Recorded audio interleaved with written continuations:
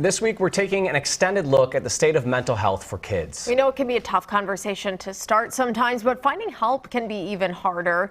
Nearly 3/4 of counties in Minnesota have no child psychiatrists, leaving many families struggling to help their loved one. And our guest understands that reality a little too well. Elysia Peterson is a psychiatric nurse practitioner in St. Cloud.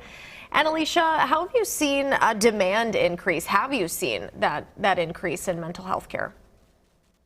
Yeah, pretty significantly. I think there's been a lot more calls for patients seeking help, and a lot of times it can be difficult to keep up with the influx of patients, and we end up having to, refer elsewhere or try to help them find other services. You mentioned it's tough to keep up with that demand.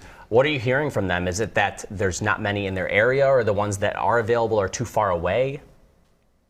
There's definitely access limitations. I've had people from, far southern Minnesota calling and, driving 3 hours to come for an appointment.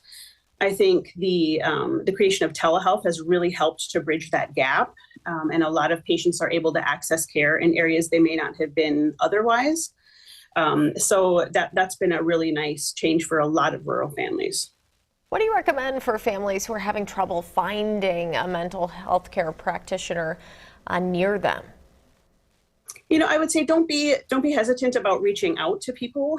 I think if there are other parents who have struggled with meeting needs for their kids, they might be good resources. Sometimes calling the county human service office, they might be able to give some referrals for you, as well as looking on the back of your insurance card should give you a decent amount of providers who are in your network who might be accepting new patients.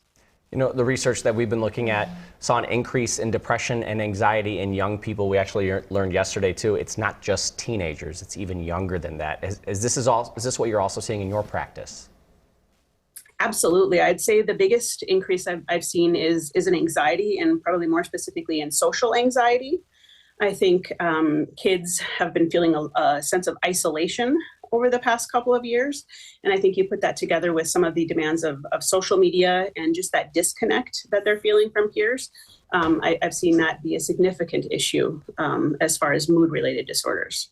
I guess when we have parents, watching, families watching, is there anything that you've seen help some of your clients or your patients that really help them get to a better space? Maybe we can leave people with a little advice here.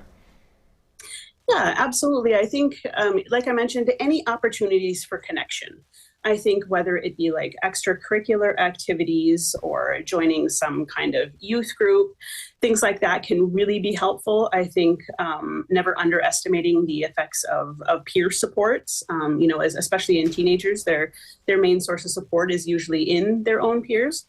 So I think really providing opportunities for connection and just making sure that there are people, around and available that they can talk to if they need it. Real quick, we got a few seconds left. For the parent that wants to get their child help, maybe they're not sure how to even ask their child, is there a way to bridge that conversation?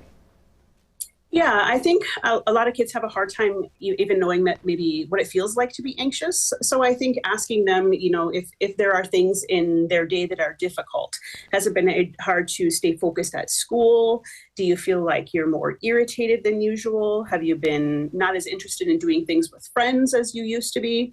So I think just looking at changes in their daily patterns might be a helpful way for them to identify if there are things that have been getting in the way for them. We appreciate all that advice for our parents, Elysia, and thank you again for joining us today. If you or someone you know struggles with mental health, you can find help by calling or texting 988 for the Suicide and Crisis Lifeline. We also have additional resources at WCCO.com/links. For more on this critically